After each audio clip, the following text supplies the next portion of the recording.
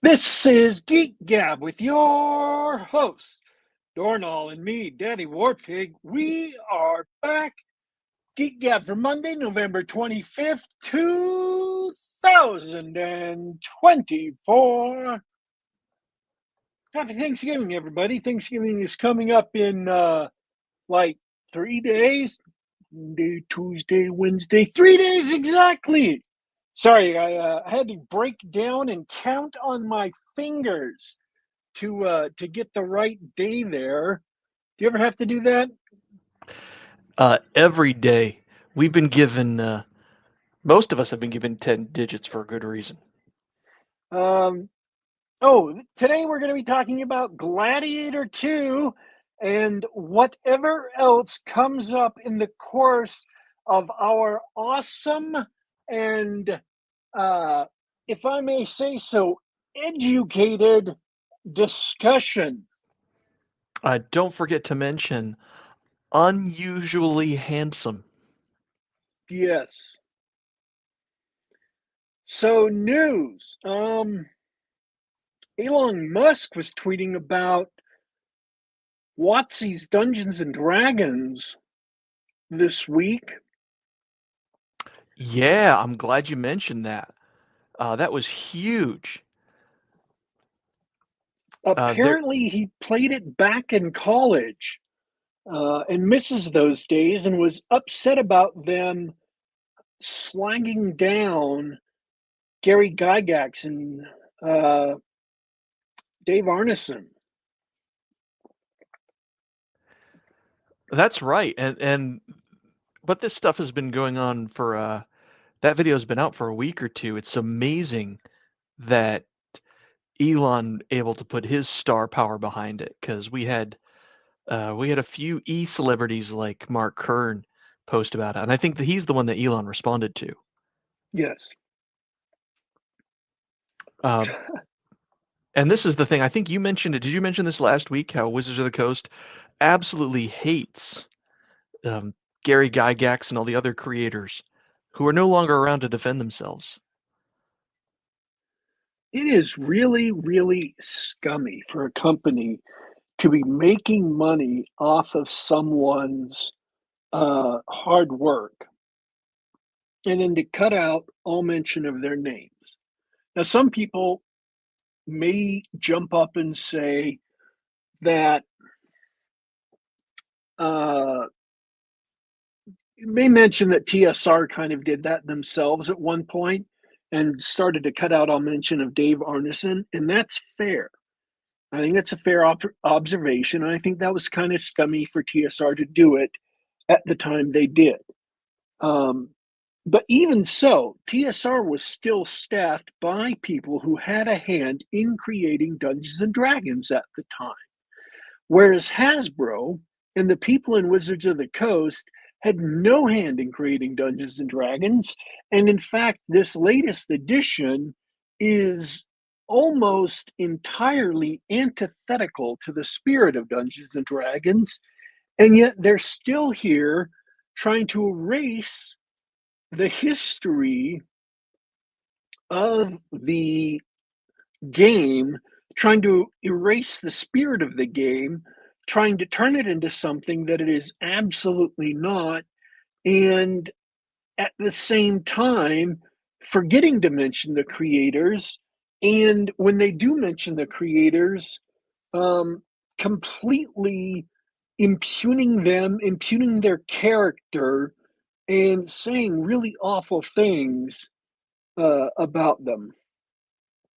And someone pointed out that at the end of the Dungeons and Dragons movie, the recent Dungeons and Dragons movie, um, at the end they say Hasbro's Dungeons and Dragons, and there is no mention of Gary Gygax or Arneson, Dave Arneson, anywhere in the movie. And that just sticks in my craw. I find it highly obnoxious. It is. It is. I mean, they've owned the brand for quite some time now, but that's no excuse for disrespecting the actual creators of the game. and the brand that they love so much.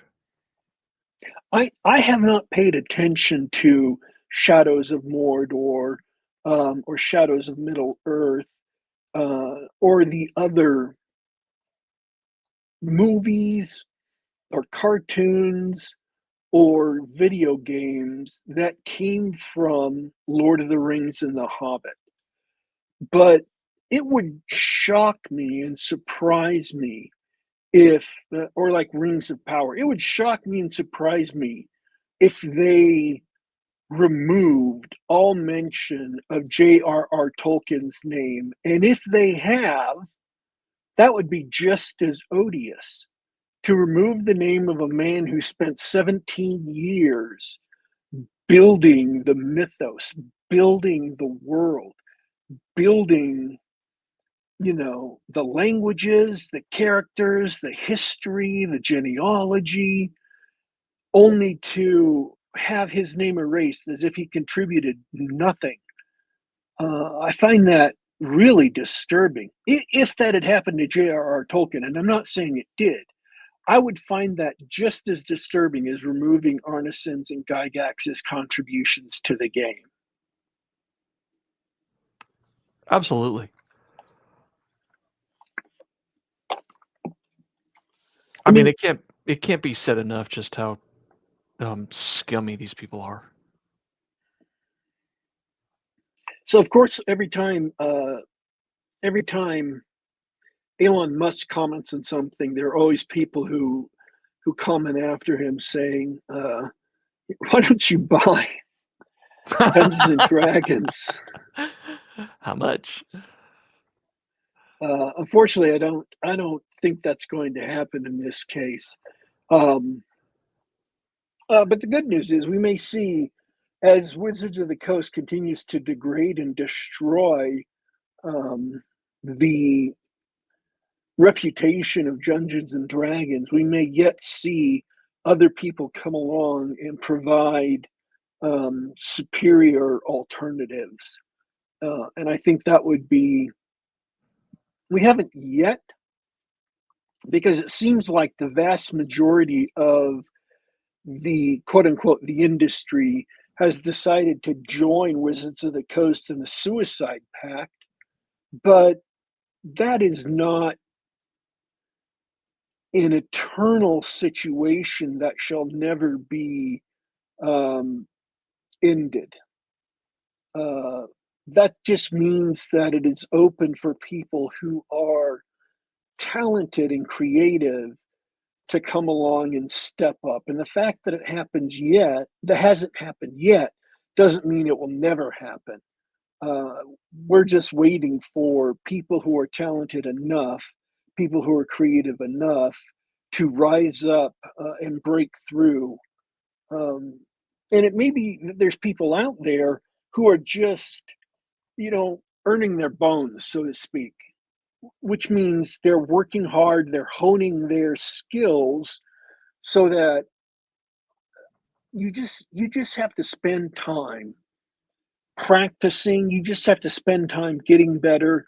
You just have to spend time learning your craft. Even if you're immensely talented, you have to spend time learning your craft before you're ready to, break out. And it may be that there are people out there who are just in the process of doing that. You see that a lot in rock and roll, where bands go for a long time playing clubs before they can make a record that hits really big. And sometimes it's not their first record or second record or third record that becomes really popular.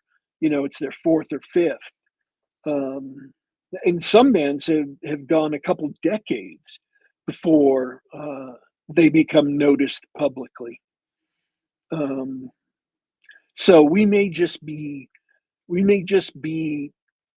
waiting on people, the tools for people to break out into the mainstream are relatively new, as far as ebooks, as far as Amazon and Apple Books, or even selling your ebooks on your own website. and I may talk about that later. As far as even indie film distribution on YouTube or Vimeo, um, or Rumble or whatever platform you're going on. It's just these are all, and I know they're more than a decade old. I understand that they're old in that sense, but that's still relatively new, and that's not necessarily have been enough time for people to really hone their craft enough to where they're professional enough to get above all the noise of the good enough to sell to a niche crowd who loves that stuff, but not good enough to break into the mainstream. And I still believe that there are authors out there who can break into the mainstream. I believe that there are still people who are game designers, um, who can still break into the mainstream. It just hasn't happened yet. And again, just because it hasn't happened yet doesn't mean it will never happen or it can't ever happen. I think that's really important to stress at this point. So, all those people who are working on this, all those people who are in these kinds of positions, it's not something, just because it hasn't happened for you doesn't mean it will never happen for you. Yeah, and I want to add to that that we know that this is one of those niche hobbies anyway. So people are going to get discouraged because, breaking out and, the next great game designer, there may not be a fountain of riches in it, right? This is going to be for the love of the game and for to take a slice of the pie from Dungeons and Dragons. Um, but it's the sort of thing that looks like it's going to be tough to happen until it happens. I think you're absolutely right. Like, it's going to happen. It's just one of those things. It's going to look impossible till it isn't. Yeah, and to go political for a little bit, if you want to go back to like the today, we're absolutely used to tons of right wing radio programming and tons of right wing pundits who are making their careers, and tons of right wing people publishing books and making lots of money at it. But really, all of that success goes back to Rush Limbaugh. It all happened in the wake of Rush Limbaugh. Before Rush Limbaugh, there was virtually nothing. There was no money for anyone. Nobody could get on the air. Nobody could make money selling books. And you can say, okay, there was very, very few. People could technically point to National Review, and they could technically point to, the founder of National Review who wrote God and Man at Yale, and that's fine. But that just makes my point. It was so few, it was basically nobody. And Rush Limbaugh starved for like 20 years. And then when he got on the air in one tiny market in California and worked very, very hard at that market. And nothing, he wasn't anywhere. He was building an audience, but nothing was happening. And then all of a sudden, he moved to New York because he got an opportunity there, and he risked everything to go to New York. And he became a success in New York, except his first show there was an absolute disaster. He had people calling in telling him he was a loser, people calling in telling him to go back to wherever he came from, that he was not good enough for New York, that he was absolute crap. And he almost folded up and left. But he kept on working hard through that. They kept on doing it, um, and became a success in New York. Then the opportunity came that they decided to syndicate that New York show nationally, and he started becoming known from there. And once he became big, that opened up this whole industry slowly for other right-wing radio hosts and other right-wing people to begin writing books. And all of these things we see now with lots of right-wing radio hosts and lots of right-wing authors all became of that one pioneering guy who was immensely talented. And it's not like he proved that a market existed. He founded that market because he converted a bunch of people who weren't listening to talk radio, because all talk radio was NPR, National Public Radio, left-wing talk. But he offered right-wing talk, and people started tuning in to listen who wouldn't have before. And my thesis that I've said on the air is no medium is eternal. People can stop watching TV and movies and start watching YouTube and TikTok. And that's what's happening with the younger generation. People can stop reading short stories, and they did, and short stories are still being published, but they are, as many authors have said, you can't build a career out of them, you don't make money out of them. Unlike in the 20s and 30s, unlike a century ago, where you could literally make a living selling short stories. People stopped reading them because they weren't providing what they wanted. What Rush Limbaugh did was the exact opposite. He provided what people wanted, and he converted people to listening to the medium because he was so talented. So he created this audience that other people came along and also sold stuff to. So what people are waiting for, whether they know it or not, is another person like Rush Limbaugh to come along to make books or comics or movies of a traditionalist bent that are so good that it creates an audience for more of that.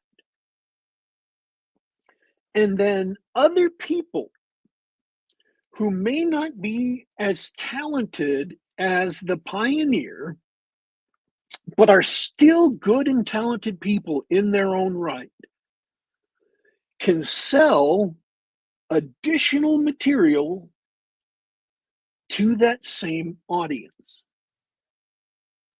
And once again, and I know this is what they call a black swan event. It's completely unpredictable. It's not something you can bet on to happen in any length of time. But I absolutely believe, I absolutely guarantee you it will happen, because the time is ripe. Right now, the time is ripe for something like this to happen. The audience is ready for it. People are hungry for this type of material in their lives. They are hungry for material which is fun and entertaining, but which also feeds their souls. Absolutely. Which is also wholesome. And many people just don't know it yet. They're just waiting for someone like Rush Limbaugh, who is a pioneer, who is so good and so talented, who writes stuff that is so compelling that they can't help but be caught up in it and can't help but read it. And they will draw people in, and those people will be left wanting more. And they will turn to other people to get it. Other people who can provide stories in the forms of novels and audiobooks and short stories and, indie movies on YouTube or Vimeo or Patreon or wherever, comic books. So I'm not telling you when it'll happen, but I'm telling you the time is ripe for this sort of thing to happen. And I would look for it in the not too distant future. I believe this is going to happen. And I believe that there are lots of writers who are good and talented people who are ready to sell their material to an audience if they just, just hold on a little bit longer. Don't give up. Keep on honing your craft. Keep on publishing your material. And never give up. All you need is a dream. If you're good,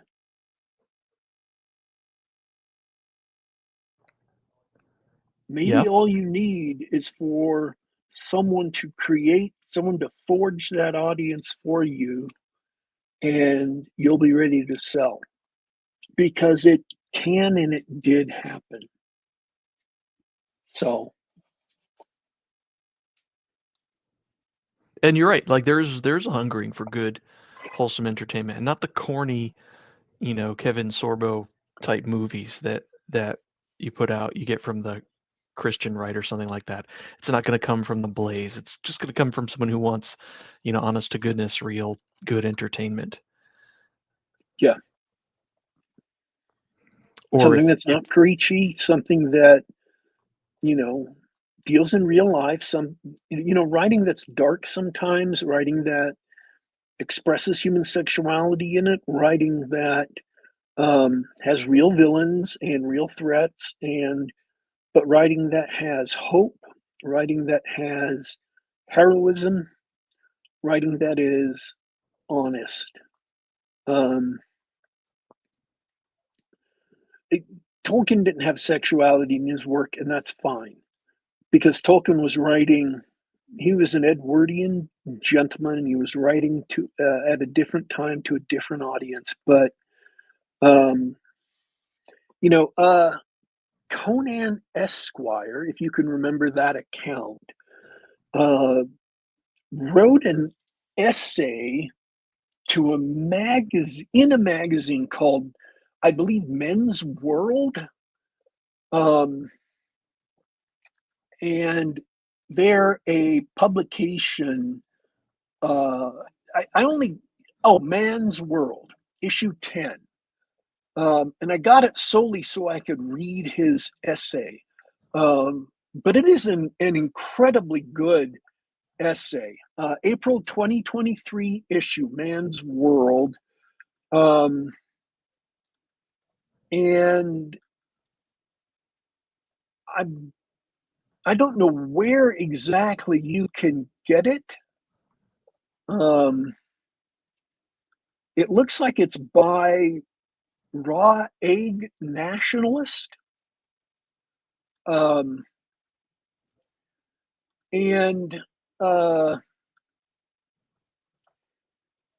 So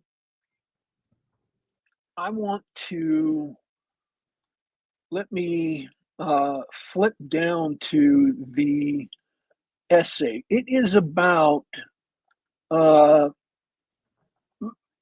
what the essay is about is how Conan's depictions of the mystery cults in Hyperborea are although written in the 30s, are a reflection of a lot of the things that have come to exist in our society today. Uh, that life in our times has come to be, in a lot of ways, similar to um, life in Hyperborean times. Uh, so I'm looking at the essay right now. It starts on page 240 of this magazine. If you could find a copy. Um,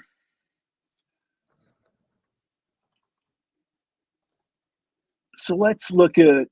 Uh, Though Howard's Conan stories seem like straightforward pulp fantasy, under the hood there's a robust engine for criticizing the spirit of civilizations and a vision for resolving the evils that flow from their corruption. Ooh, love it.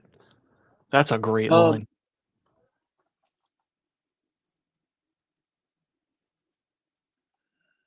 the Conan stories are always drenched in the perfume of a lurid and sensual mysticism. Life is the war of all against all. Men curse with the names of gods they may one day have the misfortune to meet. Powerful cults funded by the elite, using the gutter castes as their agents, operate freely throughout the Hyborian civilization. Sorcerers and witches employ terrifying, often sexual practices and rituals to gain power in public and in private, exploiting temple maidens and virgin sacrifices and summoning monsters. So, in an age in which the corrosive effects of unbridled sexuality can be seen in our society, and in an age where people hate beauty, people hate sexiness, people hate normal, wholesome expressions of love, and they hate monogamy, they hate, regular couples. They're mating, dating, marrying, and being chaste before marriage and showing fidelity after marriage. Just wholesome entertainment that deals with human sexuality, that expresses normal attraction, normal sexual attraction, honestly, is actually a good thing. Our age is different than Tolkien's age. And one can admire the sexual restraint that he shows because it isn't necessary in his stories. But in our age, one can be a Christian while still while still allowing one's characters to express sexual desire, or while still allowing a character to be tempted by a femme fatale. Because that's real and that's honest, and that's something that is omnipresent in our society. We're surrounded on every side by unwholesome expressions of sexuality. So these are very much living issues in our world. And the times are different now. normalcy is being erased from media. And having heroes who are just normal in their expressions of desire is a good and wholesome thing. So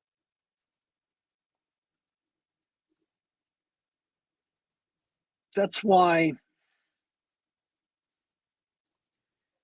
that's just one of the things that I I was trying to undergird your point when you said that we didn't want um You want the faux or the cheesy over the top right. It's sort of message. you don't need veggie tales. You don't need everything to be veggie tales.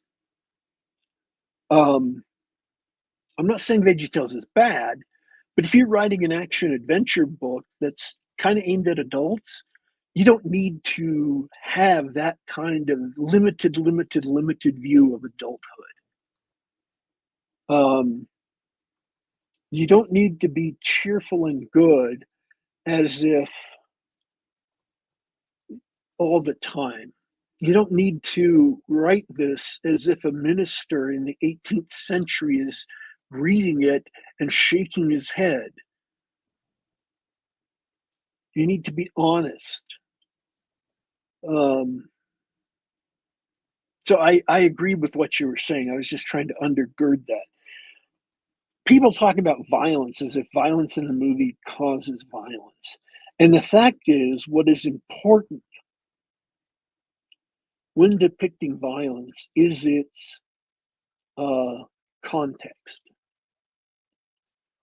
Violence that is shown and approved of when it's nihilistic, when it's brutal, when it's glorified as a meaningless or evil thing.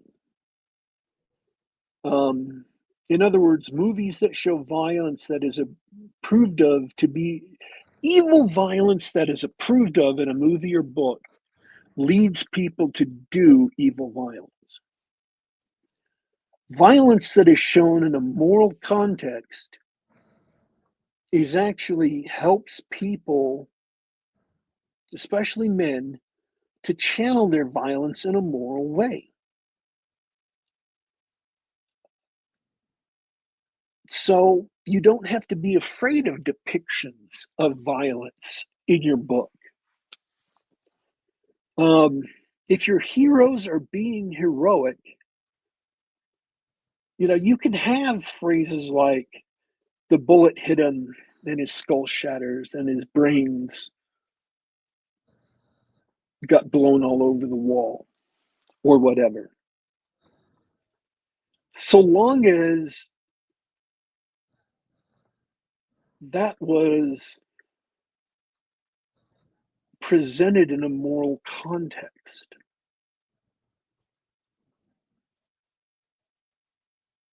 And I think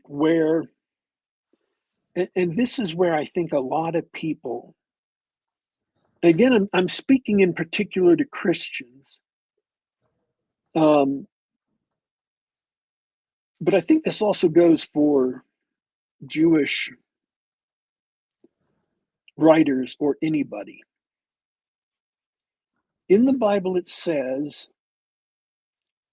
that a bad tree cannot bring forth good fruit, and a good tree cannot bring forth bad fruit. What that means is if you are a good and decent person, what you are going to write is something good and decent. You won't be able to help it because if you are truly a follower of Christ or a believer in righteousness to where that has sunk in and become part of your heart, to where that has influenced the very way you see the world, to where that is your template for understanding reality, to where that is just how you see the world, then when you write a book, when you write a story, it's going to be spring from how you see the world. So it's going to be at its core good. Even if your villain is the vilest and evil person in the world, and they are doing horrifying and shocking things.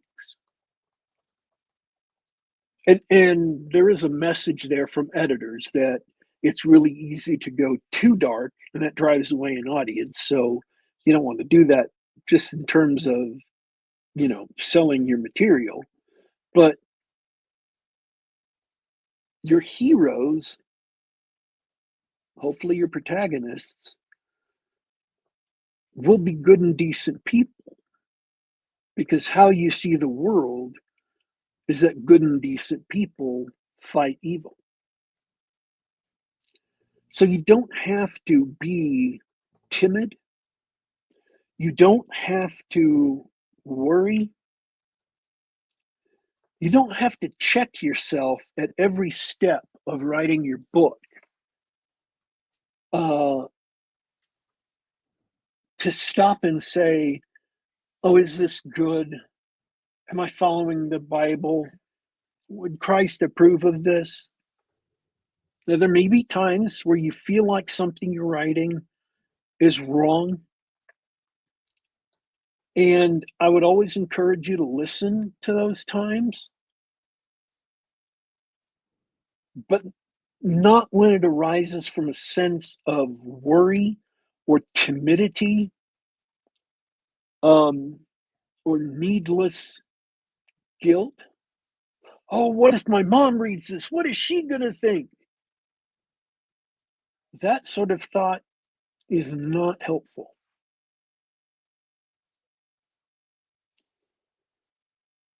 I believe the world is in more dire need of wholesome entertainment than it ever has been. And I believe that people who have been scrabbling to make a living and scrabbling to write their books and stories are just waiting for someone to blaze a trail to forge an audience for them to see success. Um, and I would encourage them to continue working and to be bold, because I don't think it's long off when you're going to see someone like that emerge. Um, and then you'll have the opportunity to make your own mark. Um, Yeah. Well said. Well said. so I think I've said enough. I looked up at the clock and realized I've been talking for a lot longer than I thought. Um, and I hope those thoughts I've been mulling over for the last little while are uplifting, that they give you hope. Um, but before we go, we have a Gladiator 2 review. That's right. It's the That's best right. movie of the year, isn't it? It is the best movie I have seen uh, in the past week. It is the best movie I have seen in the past week. So let me ask you something first, because I went and saw it. My dad's in town for the holiday, and he said, "Hey, I want to see that new Gladiator movie." I said, "All right, let's go." I went, had a good time. But you said that you weren't interested at all in seeing it. And so before we get to my thoughts on it, I was curious to know why you said that. um, I thought it would be awful. And two people whose opinions I trust on movies both said it was pretty awful, and so I just wasn't interested in putting forth the effort. I've been I've been really sick the last few weeks, so I just haven't been interested in doing it. I So haven't you seen said anything in the theaters. so for those reasons you set aside your usual. I'll watch it for the show, which is okay. Well, you are about to hear from the most trusted voice in movie reviews on Geek Gab. I it overall it was not great. It was not great. But what are we talking about, right? Is anybody who hasn't seen Gladiator? I hope there isn't because this movie uh, both assumes that you have seen Gladiator with its many callbacks and references to Maximus and other characters and events. It also assumes that you can infer all the cool stuff that happened in between the Gladiator and Gladiator 2. Um, what can I say that was good about it or I enjoyed it? If you were hoping for some quality dueling, um, gladiator fighting action, you will get it. Oh, Um, really? uh, there are gladiators fighting each other. Um, and there's great man-on-man action with in the Colosseum. Hey, I know. In the Colosseum, they filled it with water and did a proper naval battle, which I thought was really cool. And that's the first time it's ever happened in movies. This is the first movie to ever depict that. Yeah, and I thought that was remarkable. I thought it was really cool that they did it. Um, that said, just about everything else about the movie was weak, I think. The story is of a young man who is captured in battle by Roman soldiers led by Pedro Pascal, the general, and he swears an oath of revenge because, of course, his wife dies in the battle, and he's captured and enslaved, and he is purchased to be a gladiator. So stop me if you've heard this one, because yes, it more or less starts off exactly the same. Um, with the wife being killed in battle instead of being as, retribution or a political killing like Maximus. So we are introduced to the guy who buys the slaves, played by Denzel Washington, in one of the weirdest castings ever. Um, he's got, I don't know how much of this is him and how much of this is the script, but he has the thankless job of being named after a Roman emperor, Macrinus, but he's more of like a ambitious fop. I don't know how else to put it. He's like a weird dandy, a Roman dandy with fancy, expensive clothes and, you know, tastes in young men and women and whatever. And he really hams it up as this weird character, uh, where he puts on his clown nose and he acts like a fop or a dandy or whatever, and then he gets serious face when he makes some shrewd political calculation. Um, we are introduced to Roman emperor brothers, and once again, these guys don't actually have any bearing on the historical figures that they share a name with. It's all for the purposes of the story. Um, who are just presented as lunatics for no good reason. Um, and you are subjected to a bunch of faux intrigue and things is it appears that pieces are moving on a 4D chessboard when in reality you're just bored waiting for the next fight scene.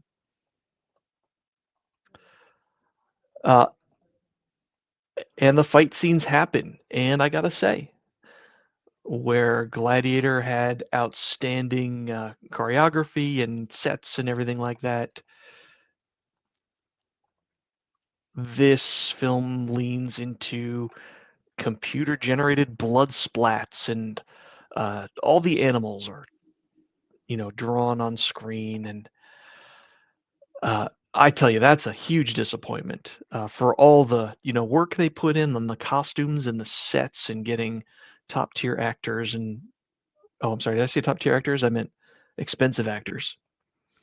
Just really disappointing that you get some lazy B movie blood splatter when a computer generated rhino gores somebody, right? Come on. Other than the naval battle, I didn't find any of the scripted battles interesting. And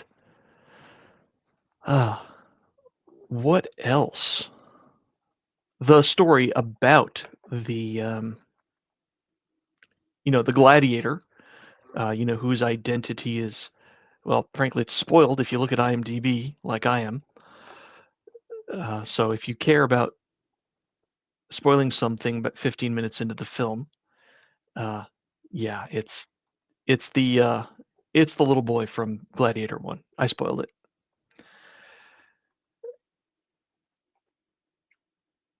There's no weight to it, right? Because most of the characters are gone, and the characters that are in conflict aren't really interesting or make any sense.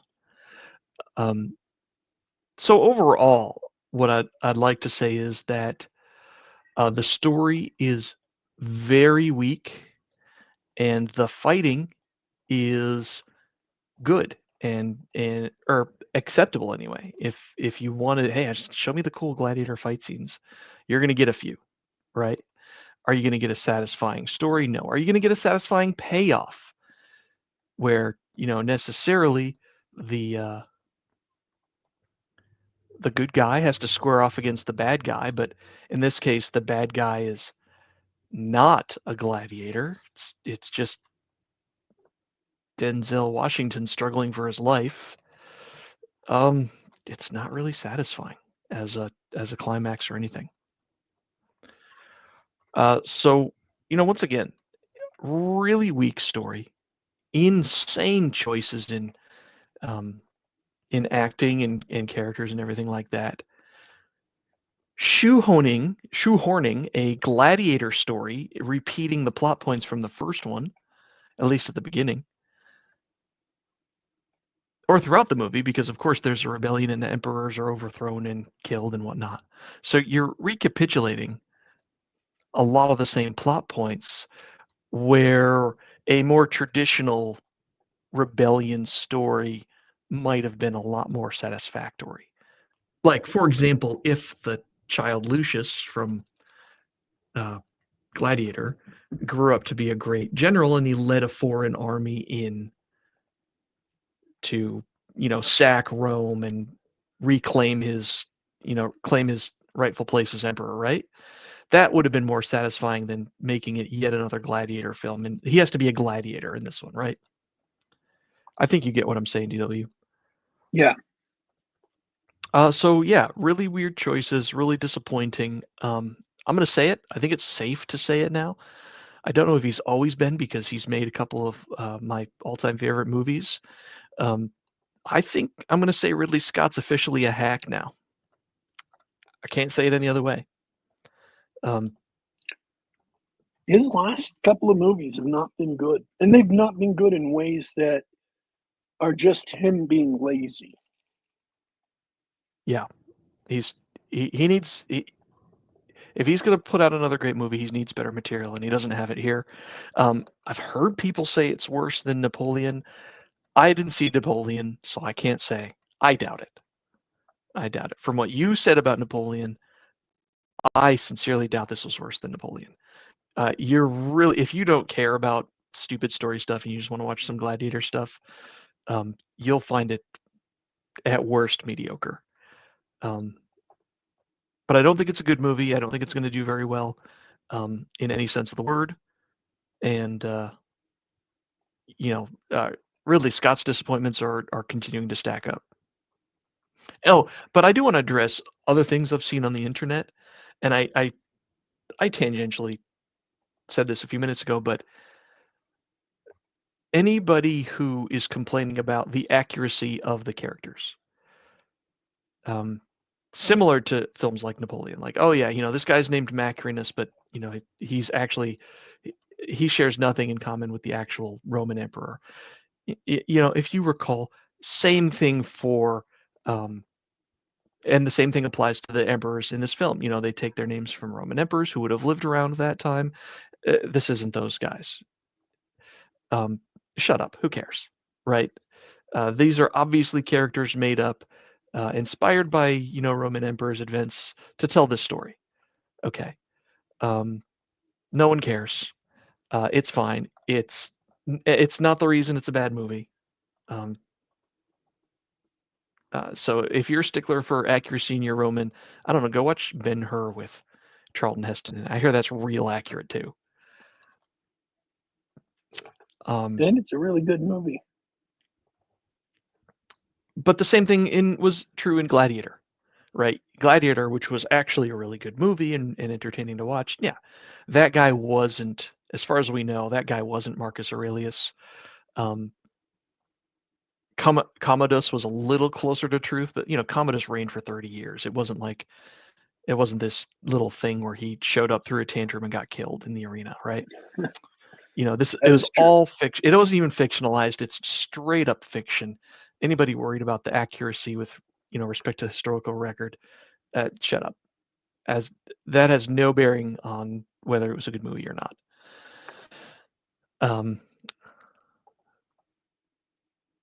Though, admittedly, if we fictionalized some of the stuff that you can read on Wikipedia or your history book on what happened in ancient Rome, it'd probably end up with a better story. And the other thing, the only historical inaccuracy that really sort of makes my eye twitch is the same thing that they did in Gladiator, which was, Marcus Aurelius's dream of the Roman Empire.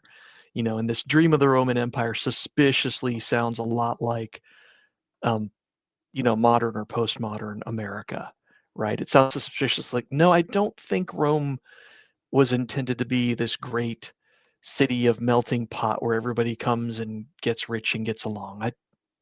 I'm pretty sure that's not what Rome was about. And there's a reason why they couldn't save the Republic. It was freaking useless, right? There, lots of things that don't really strike true historically. It sounds more like modern claptrap. But that's just window dressing, right? It just serves as motivations for the characters to do what they want to do, right? Marcus Aurelius's motivation for, trying to restore the Senate, and the same thing happens with Lucius and his mother who returns, right? They speak of the dream that was Rome and the Senate. Meanwhile, all the senators in the film are absolutely useless, and they get played like a fiddle by Macrinus, Denzel Washington. It's a bit of an eye roll, but no big deal. Once again, it's thing that you can complain about is that it's window dressing. It might annoy you, but it's not the reason why the movie's bad. And Bradford Walker, yeah, you're repeating my point here, but we might as well put it on screen because it's a good point. Thing about gladiators, not the historical figures were accurate to known hats, they were believable as such. Yeah, that's definitely true about Gladiator. I would say that it's less so for Gladiator 2. In particular, I mentioned it, Macrinus is not particularly believable.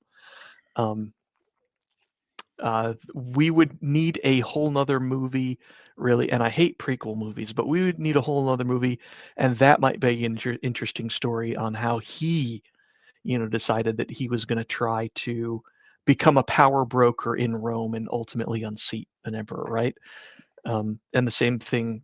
Maybe we didn't need a whole movie for Lucius, but still, really good point there. And that's pretty much what I have to say about it. Decent fights, not enough of them. Really disappointing special effects, and disappointing story. It's a shame, really, but that's my review. So I I cannot if I were a steward of your money, I cannot recommend it. But if you wanted to blow a few bucks and another thing that I really liked, of course, I liked the sets and the costumes. Um, you get, it's fun to watch, people parade around in Roman dress. Um, the general, Pedro Pascal's character, the general's full like ceremonial dress when he gets his parade back in Rome. It's cool. He's got, I believe the kids call it drip. Great drip. Nice to see that. And that sort of thing. And the outlandish stuff that Denzel Washington wears while he's attempting to choose scenery. That stuff's cool too.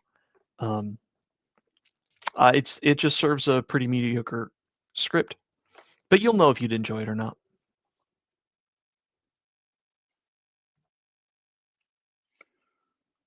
All What do you right. think? What do you think? Did I inspire you to go see it or not?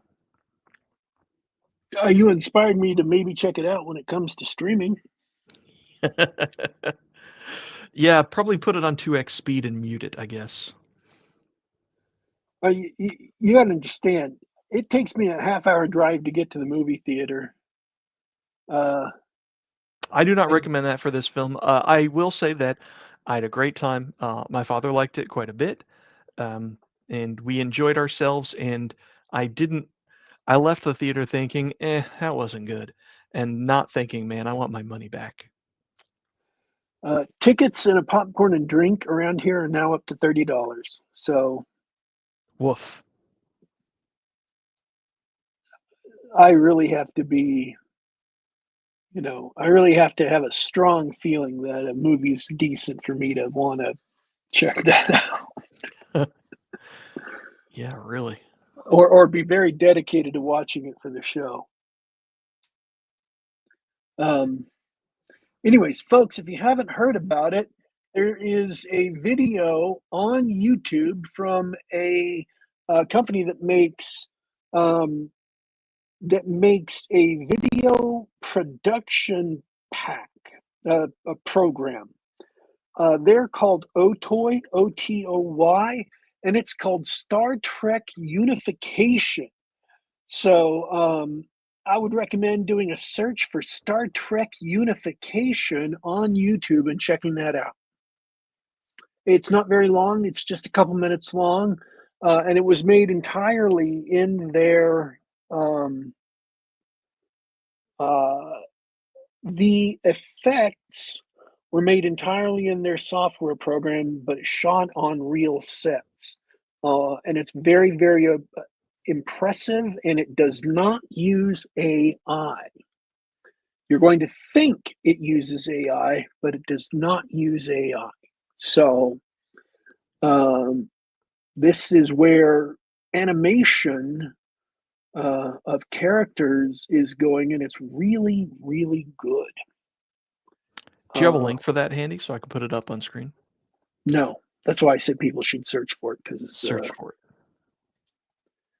I do not have a link. I may find a link after the show and you can dump it in there. Um, but anyways, it's Star Trek Unification. I'm searching right now. You're driving me crazy here, making me.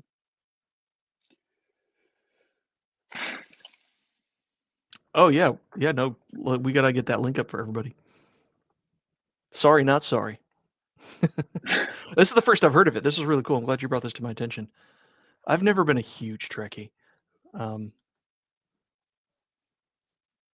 So it's nice to catch something worthwhile. By the way, is the company that is working to make the Roddenberry archive. And the Roddenberry archive uh, is really um, really incredible what they're doing. Um,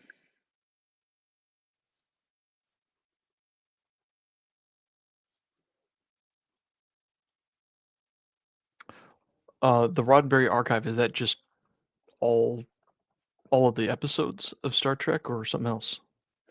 it's preserving all of Roddenberry's vision for Star Trek. So it's all the details about the ship. It's a huge walkthrough 3D model of the Roddenberry Star Trek ships. So the original, the refit, and the D, um, where you can get, where they've got the entire ship laid out.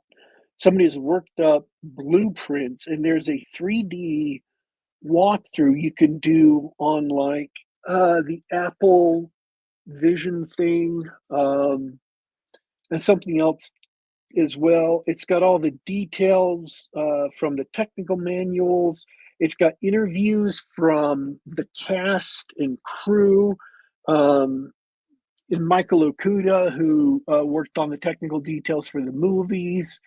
Um, information about the language. They just wanted to take time while the people were still alive to put all of this together so that um, they would have a record of making this show. They've got interviews with the director of, the pilot for Star Trek, the series, the original series, interviews with the living cast members, um, and just it's an extensive documentation of what they did with or what he did with everything that uh, uh, is Star Trek, so that you could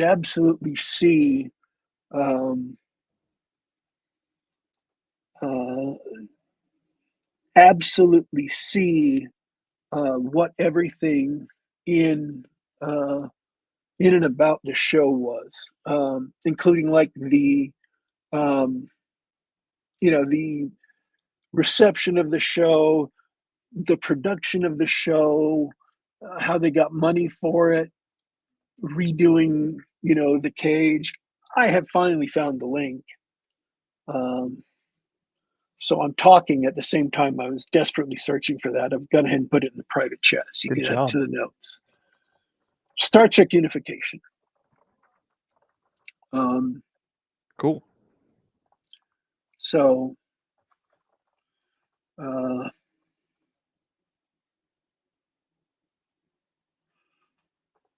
Well, check that out. You mentioned it wasn't AI. Simon Hogwood says that he saw someone call it the world's most expensive Snapchat filter.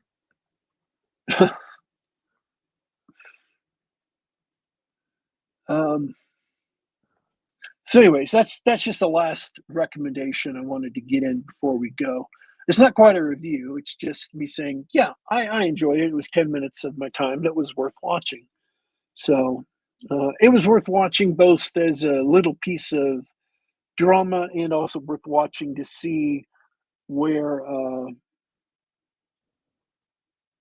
where actual rendering technology is taking us that isn't driven by AI. So that this notion that we have to depend on AI to do fantastic things in the future is just false. I don't like this notion that we're going to have to put everything in the hands of AI. I think that's a lazy solution. And obviously, I'm not a person who thinks AI is universally bad because I post pictures of AI to say, hey, this is a good picture. But then again, I also post pictures of AI to say, this is terrible. Look at all this, terrible stuff here and there to Well, make fun of it. don't forget, it's also a business decision. There are companies who have made a lot of money on it so far and stand to make a whole lot more. So when you hear someone saying, this is the future and we're going to have to do such and such and rely on this, or yeah, they've got an interest in it. There's something else going on there. Um, I just,